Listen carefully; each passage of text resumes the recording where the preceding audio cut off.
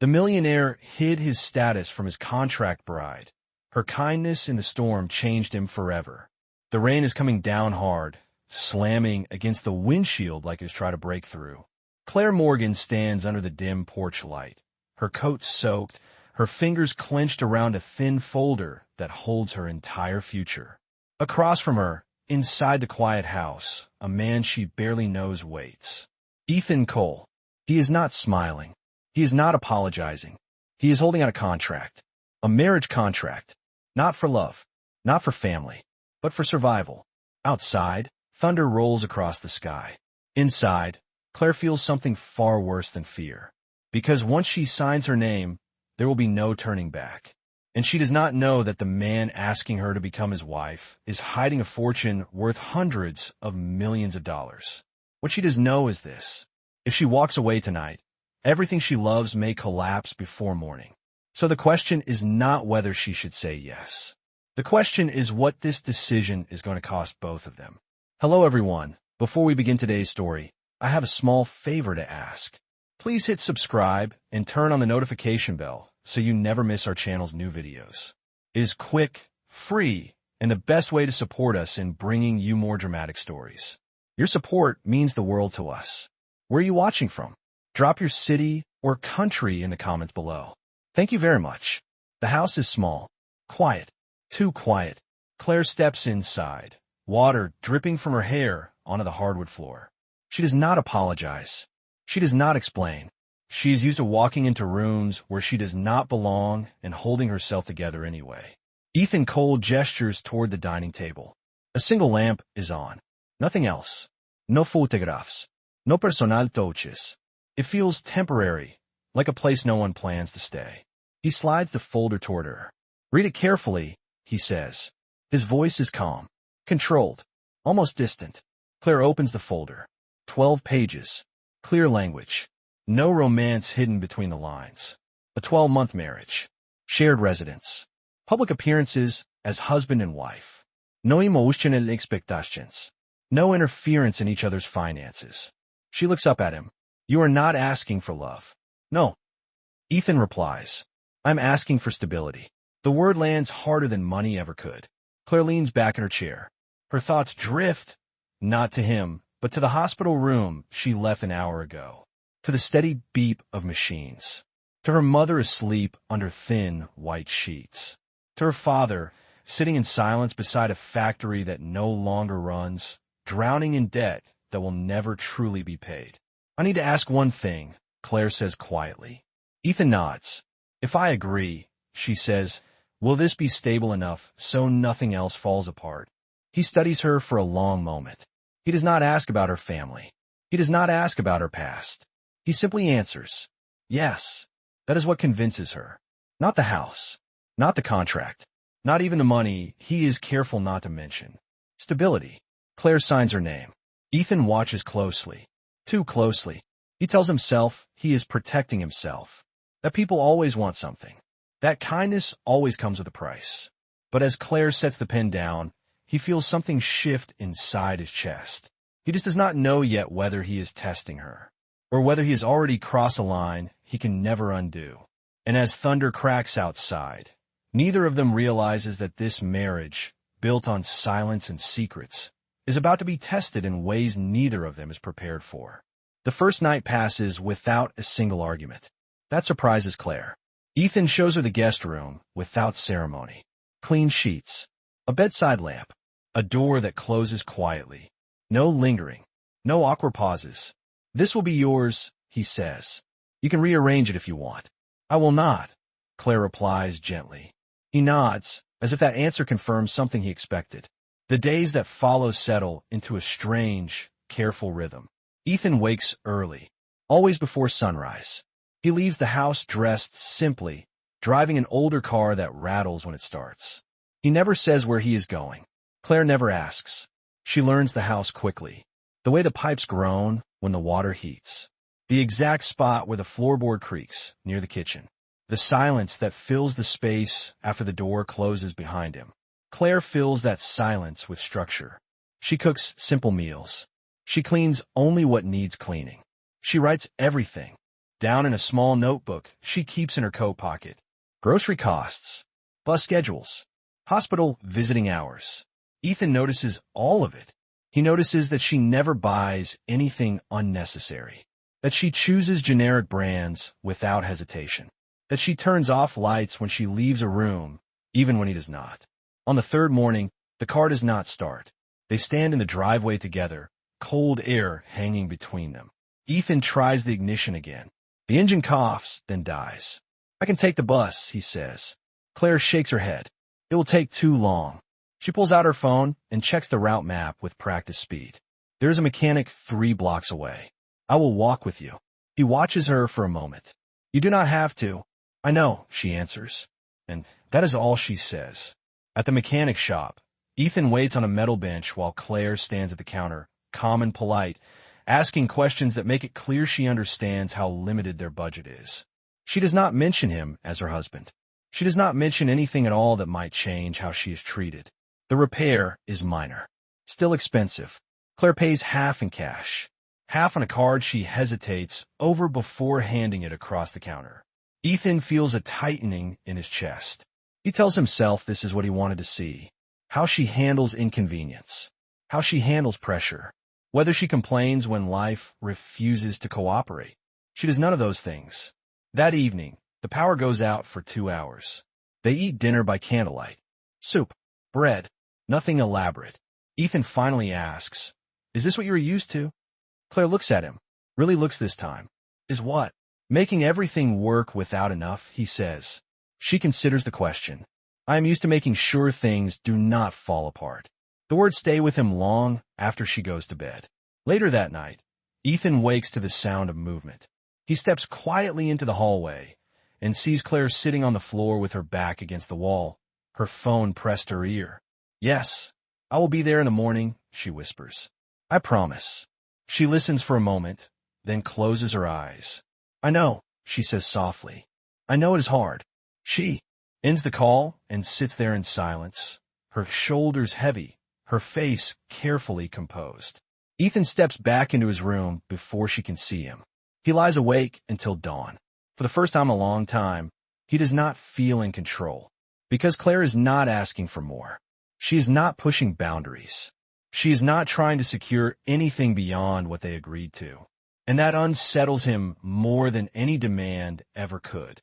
By the time the sun rises, Ethan has already made a decision. He will continue the test, not because he doubts her, but because he is afraid of what it might mean if she is exactly who she appears to be. And neither of them realizes yet that the quiet choices they are making now will soon be tested under a storm that will leave no room for secrets at all. The tests do not begin loudly. They arrive quietly, hidden inside ordinary days. Ethan starts small. He delays paying one of the utility bills on purpose. Not long enough to cause damage, just long enough to introduce discomfort. A notice appears taped to the door one morning. Claire reads it, folds it carefully, and places it on the counter. She does not confront him. That afternoon, she adjusts their grocery list. No fresh fruit, no coffee, soup ingredients instead. Ethan notices the change immediately. "You did not say anything about the bill," he says over dinner. "There is nothing to say yet," Claire replies. "We will handle it." Handle it. The word stays with him. A week later, Ethan pretends to lose a consulting contract. He comes home quieter than usual, his shoulders tense, his jaw set. He places his keys down harder than necessary. "They ended it," he says flatly. Claire pauses while washing her hands. She dries them slowly before turning to face him. "Are you all right?" she asks. "Yes," he answers. She studies him for a moment, then nods. "Okay, we will adjust." Again, no panic, no questions about money, no accusation. That night, she opens her notebook and makes new columns. Rent, transportation, food, hospital. She circles the last one twice. Ethan watches from the hallway, unseen. He feels something close to shame. The next test is heavier. Ethan cancels their internet service, claiming it is an unnecessary expense. Claire hesitates just for a second, then agrees. The house grows quieter. Evenings stretch longer. Claire fills the time by sorting paperwork at the dining table. Medical bills, old loan statements, letters stamped with red warnings. Ethan recognizes the weight of them instantly. You should stop now. He does not. One evening, he comes home to find Claire cooking by the light of the stove, her phone balanced between her shoulder and her ear. I will be there after my shift, she says softly. Please tell her I am on my way. She ends the call and exhales, steadying herself before turning around. Hospital? Ethan asks carefully. Yes, she replies. My mother had a rough day. He nods. Do you need help? No, she says without hesitation. Thank you. The refusal is gentle. Absolute. At the hospital, Claire sits beside her mother for hours. She reads aloud. She adjusts blankets. She listens more than she speaks. When visiting hours end, she leaves without complaint, her face calm but tired. Ethan follows her one night, staying far enough away not to be seen. He watches her hand over cash at the pharmacy counter. He watches her check the receipt twice before folding it neatly into her bag. He watches her walk home instead of taking a ride. Something inside him fractures.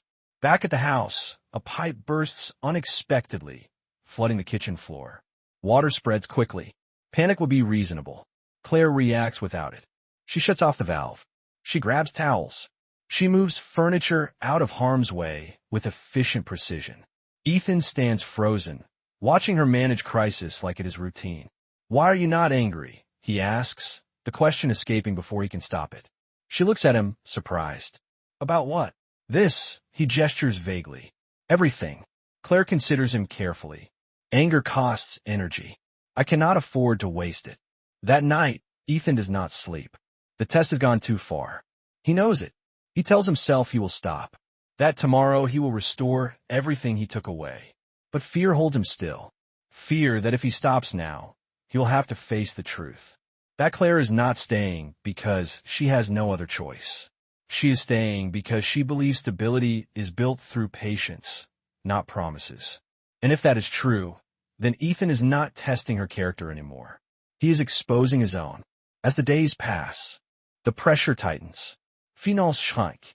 Responsibilities grow. The quiet strength Claire carries begins to show cracks, not in anger, but in exhaustion. Ethan sees it, and yet he lets the test continue. Because somewhere deep inside, he is terrified that if the truth comes out, this fragile balance will shatter. And when it does, there will be nothing left for him to hide behind. He tells himself he will stop soon. Just one more week. Just enough to be sure. The pressure does not break Claire. It reshapes her days. She begins waking earlier, long before Ethan leaves the house. She prepares meals that can be reheated. She organizes the pantry so nothing is wasted. She leaves notes on the counter, not reminders but quiet assurances. Dinner is ready. I will be back after the hospital. Please sleep. Ethan reads every one of them. He never responds. The nights grow colder. The old heater struggles. Ethan suggests turning it off completely to save money. He expects resistance this time. Claire nods. We will use blankets. She takes out an extra one from the closet and places it neatly on the couch. That night, Ethan wakes to the sound of shallow breathing. He steps into the living room and finds Claire asleep on the couch, curled inward, the blanket pulled tight around her shoulders. Dark circles sit beneath her eyes. Her phone rests loosely in her hand, the screen still lit with a hospital number. For a moment, he stands there, unsure what to do. Then he gently adjusts the blanket, careful not to wake her. The next morning, she thanks him anyway. You did not have to, he says. I know, she replies. But you did. Something in her voice is steady. Accepting, not indebted.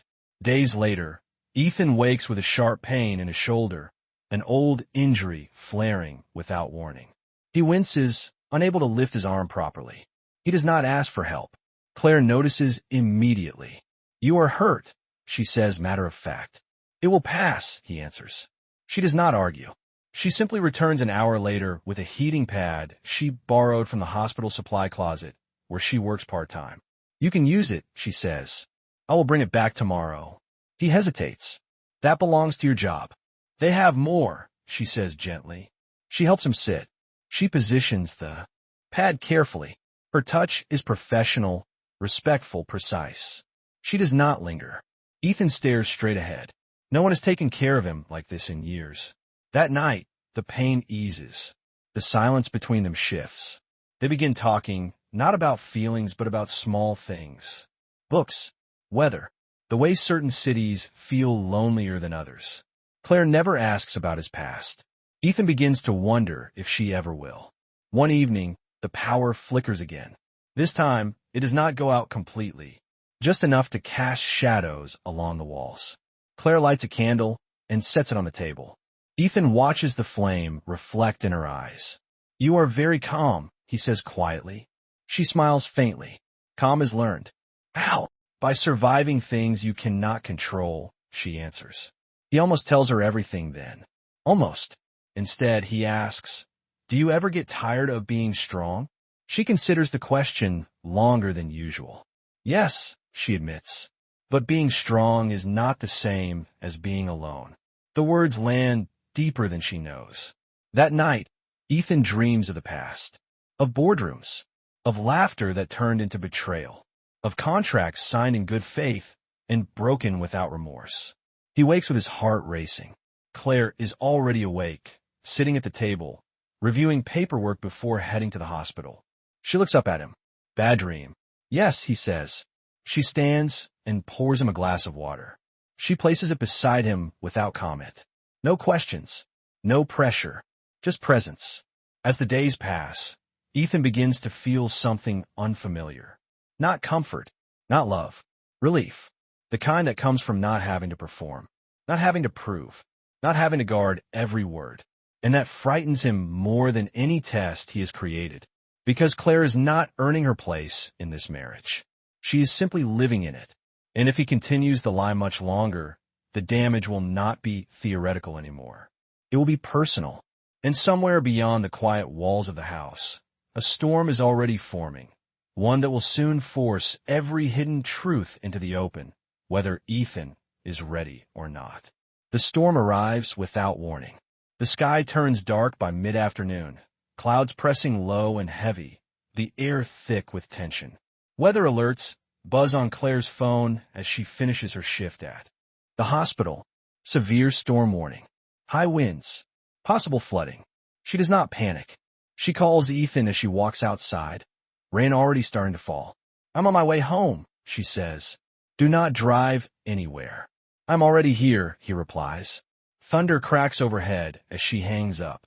By the time Claire reaches the house, the rain is coming down hard, slamming against the roof, rattling the windows. The power flickers, then goes out completely.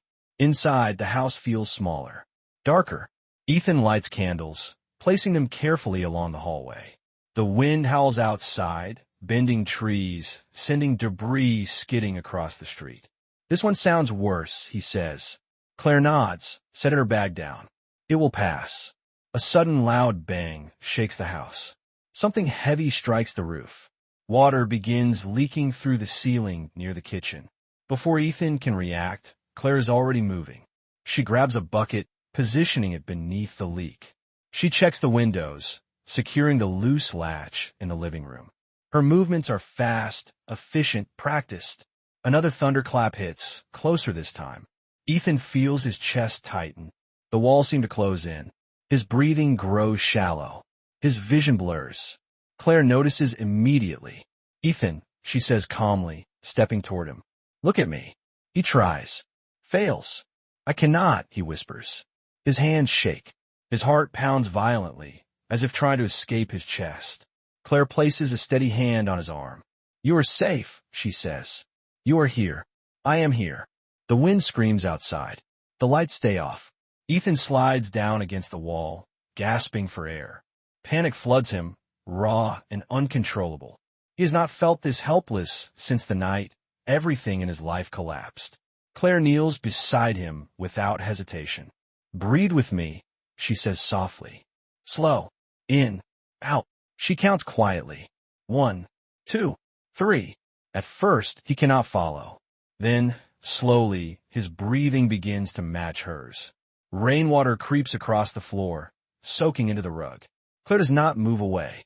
She stays anchored beside him, her presence steady even as the storm rages around them. I am sorry. Ethan murmurs, ashamed. I should be able to handle this. Claire shakes her head. Strength is not silence, she says. It is asking for help before you break. Her words cut through him. Another loud crash echoes outside as a tree branch snaps nearby. The house shudders. Without thinking, Claire reaches up and pulls Ethan's head gently against her shoulder, shielding him instinctively, like protecting someone much smaller. He freezes. No one has ever done this for him. She stays that way, one arm around him, the other braced against the wall, her body curved protectively as the storm pounds the house. Minutes pass, then more. Eventually, the worst of the wind begins to fade. The rain softens. Ethan's breathing steadies. When he finally pulls back, he looks at Claire as if seeing her for the first time. You did not have to stay, he says quietly. Yes, she answers simply. I did. She does not ask why he panicked. She does not demand explanations. She helps him stand. Together, they check the damage. A soaked floor. A cracked window. Nothing catastrophic. They sit on the couch, wrapped in blankets, candlelight flickering between them. Outside, sirens wail in the distance. Inside, something irreversible has happened. Ethan realizes with terrifying clarity that this moment was not part of any test. Claire did not help him because she believed in his potential. She did not stay because she felt obligated. She stayed because in the middle of chaos, she chose him. And as the storm finally moves on, leaving the world drenched and quiet, Ethan understands something that makes his chest ache. He did not just hide his wealth from her. He hid the truth while she gave him something priceless. And once the storm passes, there will be no way to pretend this marriage is just a contract anymore. The house smells like damp wood and melted wax. Morning light filters through the windows, gray and tired, revealing the damage left behind by the storm. Buckets sit on the floor. Towels are piled near the kitchen. The quiet feels heavier than the night before. Claire wakes first. She moves slowly, careful not to wake Ethan, who fell asleep on the couch, exhaustion finally pulling him under some time before dawn. She covers him with a blanket, then steps into the kitchen to start cleaning. She scrubs the floor where rainwater soaked in. She rinses cloths in cold water. She works with the same steady focus she brings to everything else. An hour later, a black car pulls up outside. Claire notices it through the window. It does not belong in their street. The knock at the door is firm, professional. She hesitates, then opens it. A man in a tailored suit stands on the porch, raincoat folded neatly over his arm. Mrs. Cole, he says calmly. My name is Victor Hale. I apologize for arriving unannounced. We have been trying to reach Ethan since last night, Victor adds quietly. After the storm, Claire blinks. I think you have the wrong house. I do not, Victor replies gently. May I come in? Ethan wakes to the sound of voices. The moment he hears Victor's name, his body goes cold.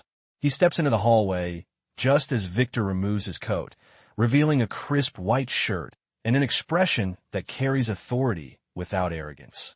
Ethan, Victor says, we need to talk. Claire turns slowly. Do you know him? She asks. Yes. Ethan answers quietly. Victor clears his throat. I am Ethan Cole's legal counsel. I manage several matters related to Coleridge Capital. The words land without sound, then echo violently. Coleridge Capital? Claire repeats. Ethan opens his mouth, closes it. His hands curl at his sides. Victor continues, unaware or unwilling to stop. There's been concern regarding your absence, sir. The board meeting was moved up due to recent market activity. Several shareholders are asking questions. Claire's chest tightens. She looks from Victor to Ethan, searching his face for a denial that does not come. You said you were a consultant, she says softly. Ethan cannot look at her anymore. Victor finally notices the shift in the room. He pauses. I see I have arrived at an inconvenient moment. Claire laughs once quietly, not out of humor, but disbelief. How much? She asks. Ethan looks up sharply. Claire, please. How much are you worth? She asks again, her voice steady but distant. Victor hesitates. Ethan nods once. Hundreds of millions, Victor answers. The silence that follows is absolute. Claire steps back as if the air itself has changed. Her mind races, replaying every moment. The cold nights, the broken car, the unpaid bill notices, the way Ethan watched her every move. This was a test, she says slowly. Ethan finally speaks.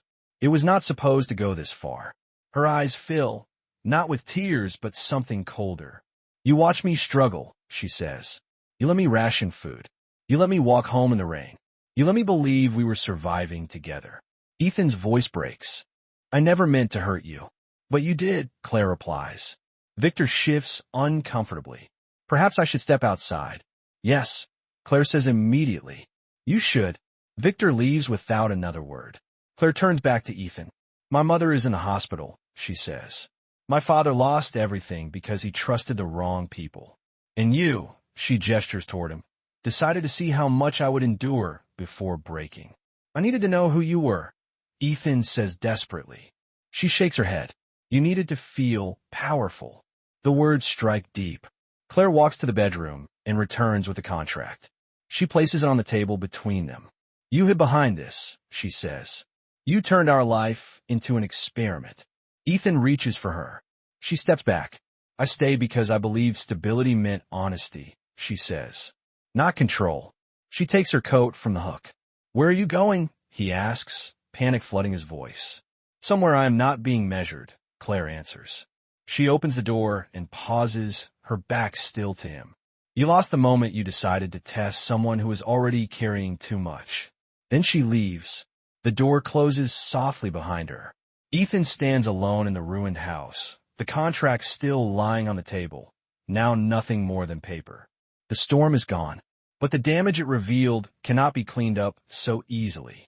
And for the first time in his life, Ethan Cole understands that wealth offers no shelter from the consequences of his own choices. The house feels larger without Claire, not emptier, colder. Ethan stands in the kitchen long after the door closes, listening to the echo of her footsteps fade down the street. The contract remains on the table, its pages curling slightly from moisture, as if even paper cannot hold its shape after the truth comes out. He does not chase her, not because he does not want to, but because he knows he has no right. By noon, Victor returns. This time, Ethan does not invite him inside. Cancel everything, Ethan says flatly, standing in the doorway. The board meeting, the interviews, all of it. Victor hesitates. Ethan, the timing is not ideal. The market is unstable. Your absence is already raising concerns. Good, Ethan replies. Let them be concerned. Victor studies him carefully. This is about her. Yes, Ethan says. And about me. Victor exhales. The marriage contract is still legally binding unless it is over, Ethan interrupts. Effective immediately. There are penalties, Victor warns. Financial compensation clauses. Non disclosure provisions. Ethan shakes his head. I do not care. Victor pauses. You will lose leverage. Ethan meets his eyes. I deserve to. Victor nods once. I will prepare the termination documents. When Victor leaves, Ethan sinks into a chair he no longer recognizes as comfortable. Across town, Claire sits in a hospital cafeteria, a paper cup of coffee growing cold between her hands. Her mother sleeps upstairs, unaware that anything has changed. The machines still beep. The nurses still move quietly. Life continues, indifferent to betrayal. Claire replays the last few months over and over. Every small sacrifice, every quiet decision, every moment she chose patience over fear. None of it was imaginary, but all of it was observed, measured, judged. That is what hurts most. Later that evening, Ethan receives a call from Rachel Bennett. I heard, she says without greeting, about the wife. Ethan closes his eyes. Do not call her that. Rachel laughs softly. You always did this to yourself. You test people until they fail, then act surprised when they leave. She did not fail, Ethan replies. I did. Rachel is silent for a moment. You finally crossed a line you cannot buy your way back from. Ethan hangs up without responding. The next morning, he goes to the house one last time. He packs nothing. He walks through each room slowly, noticing things he ignored before. The extra blanket folded neatly. The notebook left behind on the counter. A list written in Claire's careful handwriting. Groceries, bus routes, hospital hours. At the bottom, a single line. Hold steady. Ethan sits down and presses his hand flat against the paper. For the first time, the weight of what he did settles fully. He did not just hide his wealth. He took advantage of someone who believed stability meant partnership. And in doing so, he turned kindness into something dangerous. Across the city, Claire meets Victor Hale in a small conference room. I am here to finalize the termination, Victor says carefully. There will be compensation. No, Clyde place. Victor blinks. Excuse me. I do not want his money, she says. I want distance. Victor nods slowly. Very well. She signs the document without hesitation. When she stands to leave, Victor hesitates. For what it is worth, I have represented Ethan for many years. I have never seen him take responsibility like this. Claire pauses at the door. That is his work to do, she says. Not mine. That night, Ethan releases a public statement. No explanations. No excuses. Only accountability. He announces a temporary step back from leadership. He acknowledges personal misconduct. He accepts the consequences. The media reacts immediately. Shock. Speculation. Ridicule. Ethan reads none of it. He sits alone in a rented apartment, staring at a blank wall, stripped of control for the first time in his life.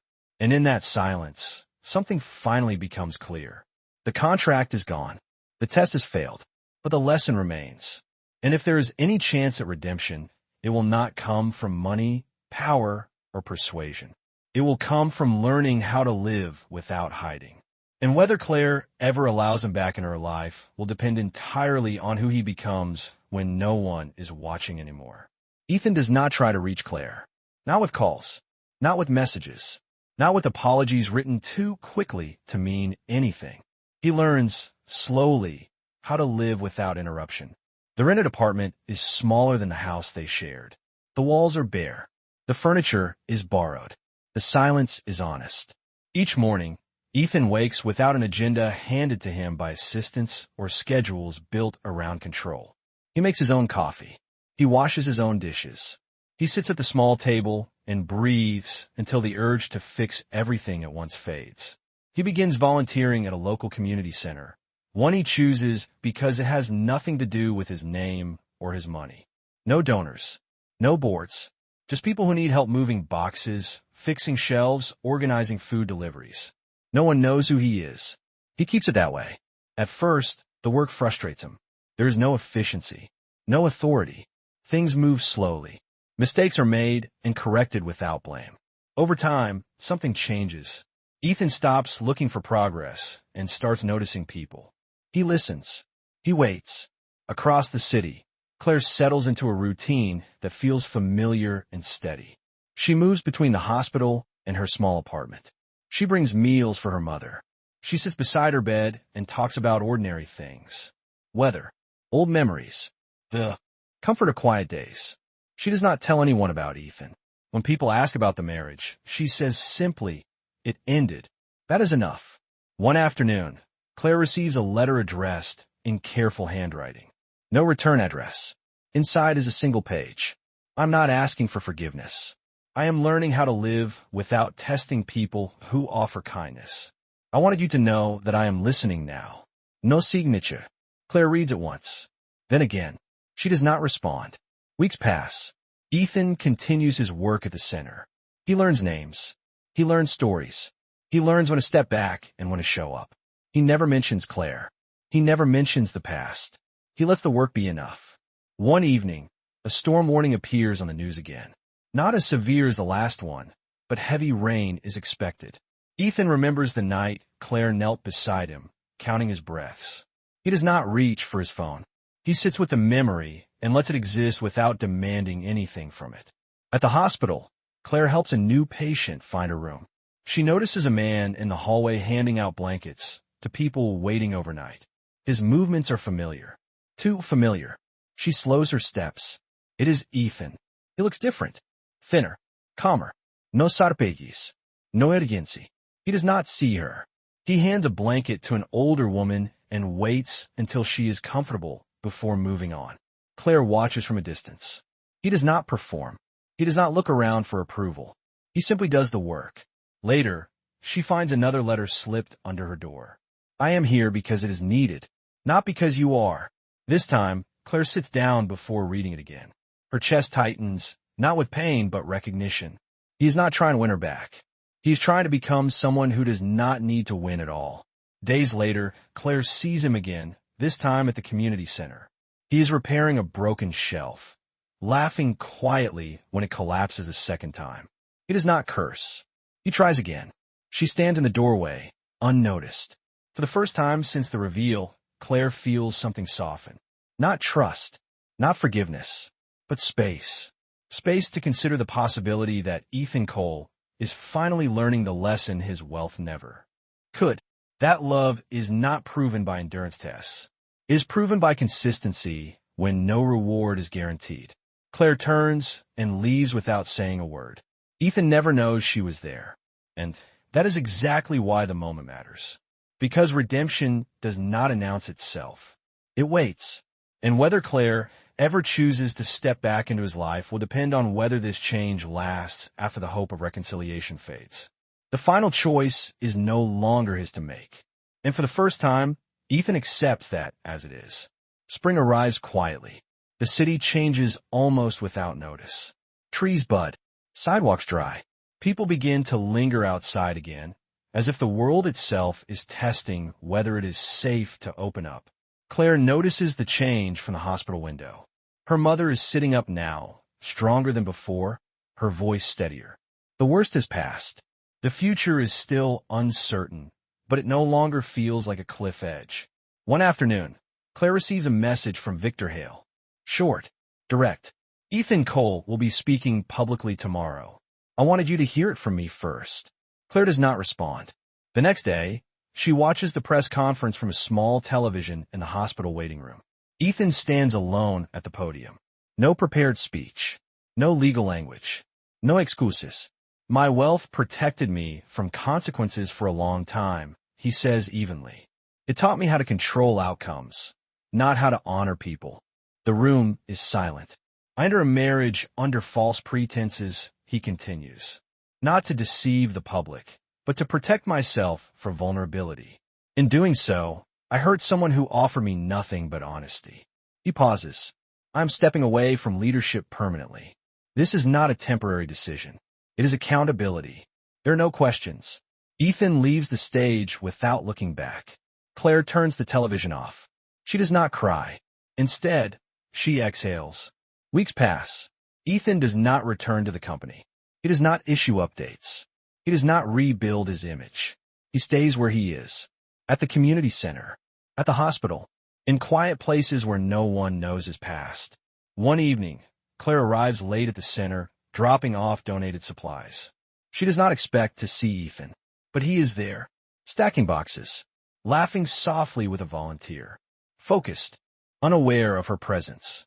She watches him for a moment, then she steps forward. Ethan. He turns. The sound of her voice stills him completely. I did not expect to see you, he says carefully. I know, Claire replies. They stand there, the space between them filled with everything that cannot be undone. I'm not here for an explanation, she says, or an apology. He nods. I understand. I need to ask one thing, she continues, and I need an honest answer. He meets her eyes. You have it. Who are you when there is nothing to gain? Ethan does not answer immediately.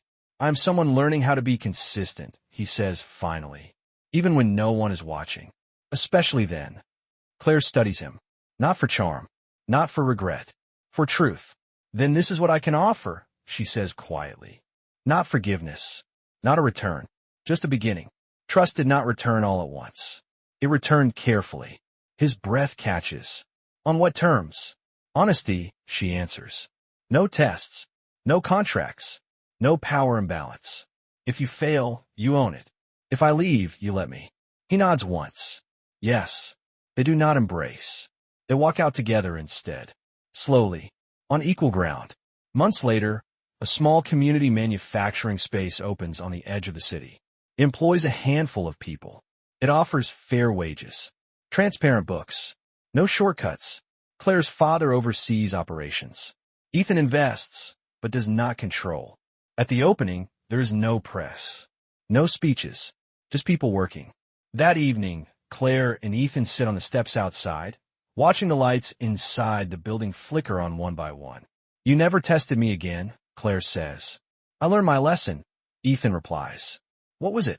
That love does not survive being measured, he says. It survives being trusted. Claire leans her head lightly against his shoulder. Not because she needs support, but because she chooses it. And in that quiet moment, free of contracts and secrets, both of them understand something they did not before. True commitment does not begin with sacrifice. It begins with respect. And that is how their story finally finds its way home.